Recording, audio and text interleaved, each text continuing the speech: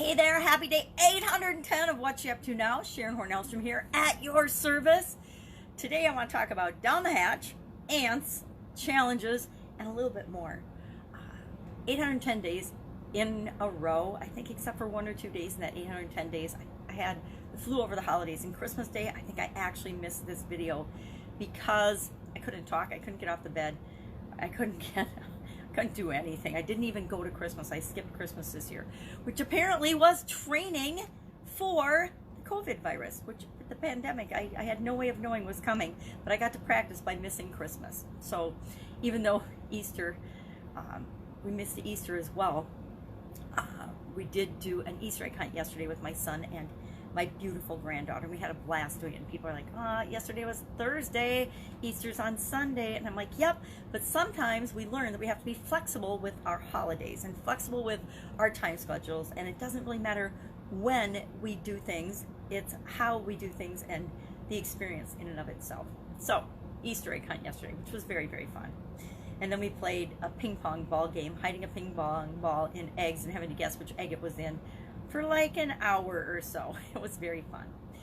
So today, down the hatch is the expression, the idiom that I talked about today in Supersize Your Business and my Facebook Live, just my Facebook Live to warm up my voice. Guess what?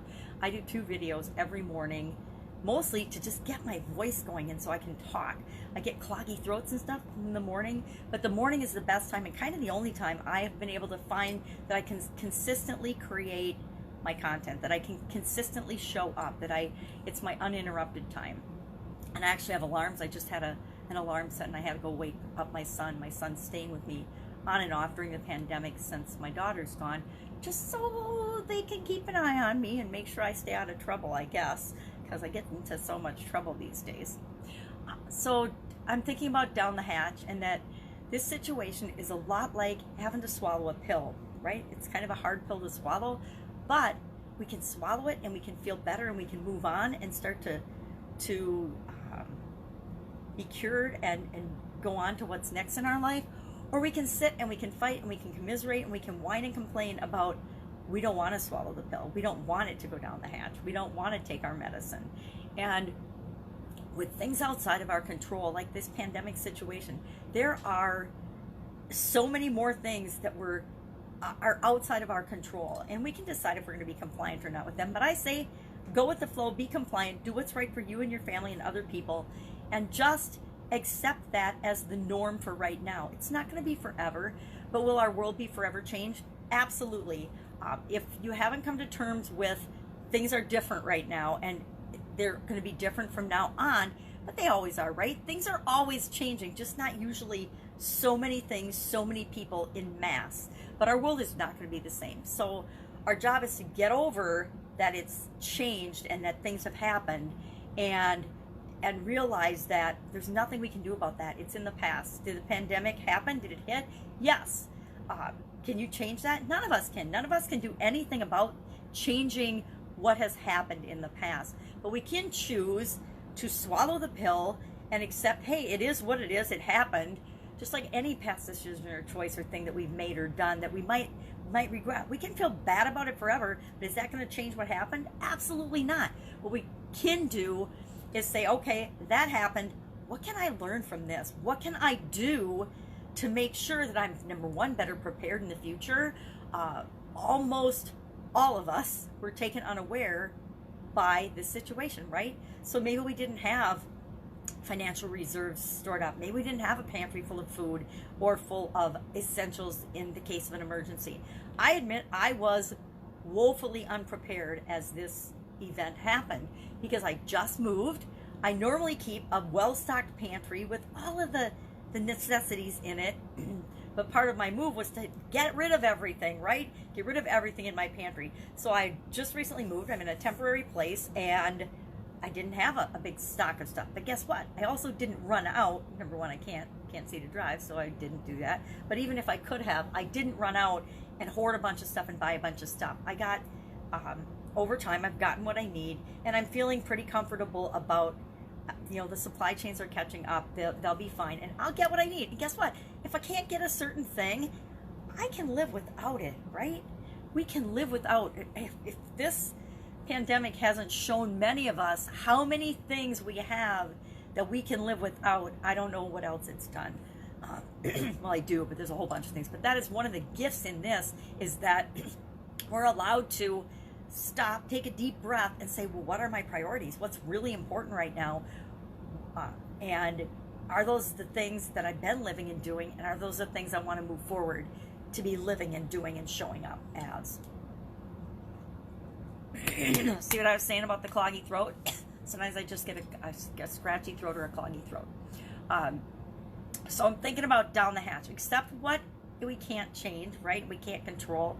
And it doesn't mean we have to agree with it or love it. It just means we have to say, okay, this happened. It's like the past. We don't have to love our past. We don't, a lot of us, there's things in our past we hate, but we do have to accept that it happened and that there is nothing we can do right now to change that. And there's nothing we can ever do to change the past. The past is the past, right? The same thing is true of this pandemic. The pandemic hit. There's nothing we can do to change it or stop it or wish away that it didn't happen, because it already did. And so instead of being in that mindset and that focus and focusing on what has already happened that we cannot change or control, hey, let's say, well, what can I do? What else is possible? What could I think about this? What could I, and how could I look at this situation versus how I'm looking at it right now? The next thing I want to just touch on today is something called ants. And I learned about this in a challenge I'm doing called the Rise Up Challenge, which if you haven't heard of it and you're looking for something to do because you don't feel like you know what to do, just hop on that. I actually started on Sunday a week, I don't remember. We're on day 11 for that. I'm doing my own challenge, so I'm on day 17 for my Get Up and Go challenge, but I'm actually participating in this one as well because it's got so many cool speakers and amazing people that I've looked up to for decades in it, that it's fun to listen to their take on what's going on in our world right now. And so I'm not just spewing my own. One of the things that I don't remember his name, I feel bad, Dr. Daniel something talked about was something called ants. And ants are automatic negative thoughts. And how do you deal with automatic negative thoughts? Because guess what? We all have them. It's like triggers. We all have things that will just trigger us and set us off automatically, and we don't even, most of the time, we don't even know what they are. Mine is like my ex-husband's voice, or if he calls me on the phone and says, you got a second? You got a minute? That just triggers me and shuts me down because of all the past interactions that we've had with respect to that particular phrase. And I think he learned it in a training we were in together to respect people's time and do it in a nice way. But when he did it to me, that wasn't the intent. It was, I'm going to lecture you for 15 to 20 minutes now, so do you have a minute that I can do that? And so I got that negative trigger in me. But we all have triggers, and we all have ants, automatic negative thoughts. And today we looked at 5 or 6 questions that we ask ourselves when one of those pops up. If I'm not good enough, I don't know what to do, things never work out for me, any of these automatic negative thoughts that pop into our head, we can immediately ask ourselves, is that true? Is that true? Really, is that true? I don't know what to do. Is that true? Of course it's not true. I know what to do. I always know there's things that we can do, even if I'm feeling like I don't know what to do. Is it 100% true? Is it 100% absolutely positively true that I don't know what to do about anything? Well, of course it's not. Is it, how does it make me feel? How do I feel when I think that thought? How do I feel when, and let's just use the I don't know example. How do I feel when I think I don't know? I feel bad. I feel out of control. I feel like I'm a victim, like I'm just doubtful, full of worry, full of fear, scared, anxious, sometimes depressed. And then, if that's how you feel, the next thing we do is we think about, well, what is the exact opposite of I don't know? Well, of course it is I do know. I do know what to do. I do know what to do. And even if it's not, I don't know exactly what to do, it's, I know I have options. I have options. I know what to do. I have options. Well, how does that make you feel? No. Let's go back one. Is that true? Is it true that sometimes I know what to do? Yeah, sometimes I know what to do. Is there evidence that sometimes you know what to do? Well, absolutely. I've been alive 20,000 plus days. Therefore, I've obviously proven that I know how to stay alive and I know what to do in a lot of different situations over the time period, right?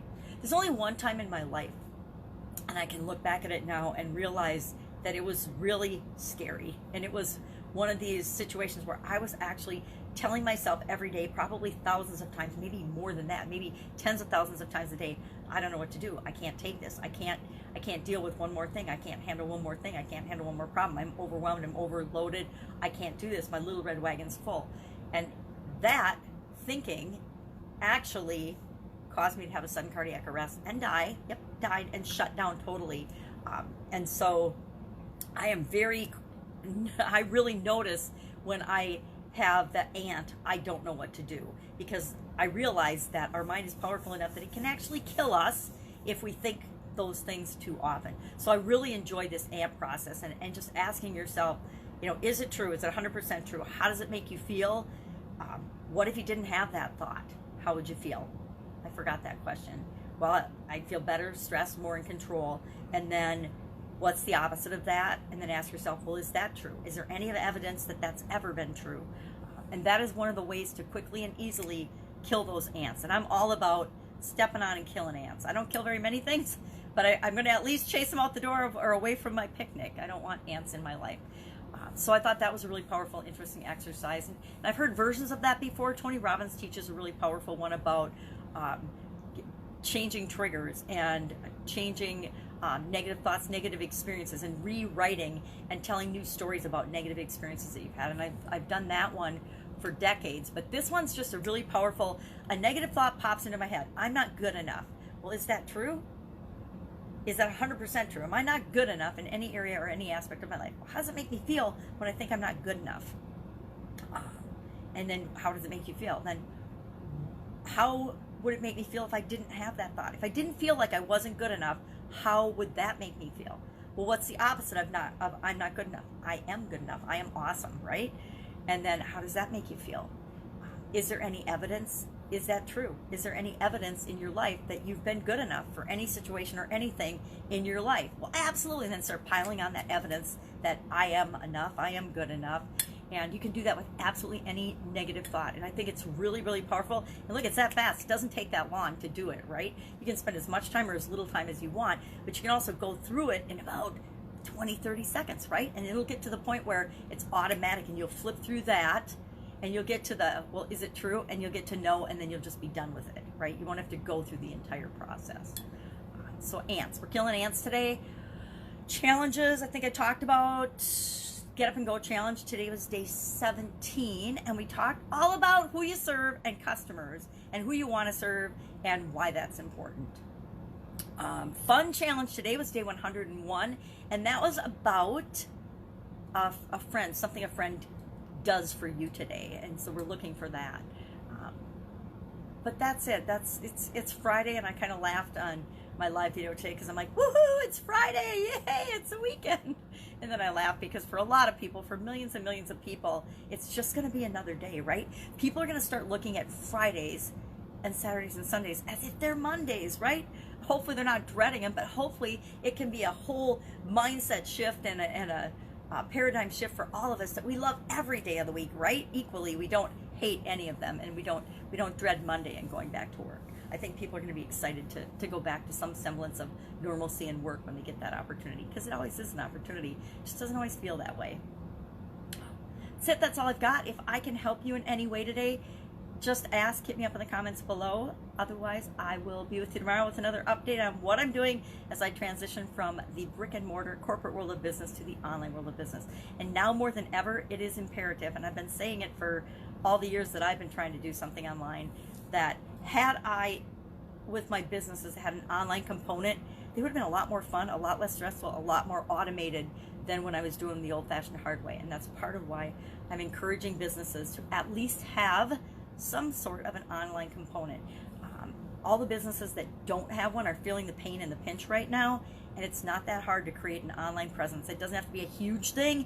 Even if you're just starting to show up and communicate and interact with your people on social media, that's something everybody can do, like today, right now, right? And you can have a simple one-page introduction or way of offering your products and services to people up in one day, like today. It doesn't have to be hard, and it doesn't have to cost you any money, right? Or a ton of money, for sure. You can buy super expensive tools, or you can do it all for free, but you gotta show up, you gotta be there, you have to be where people can find you, and you have to be willing to tell them how you can serve them, how you can help them, what you can do for them.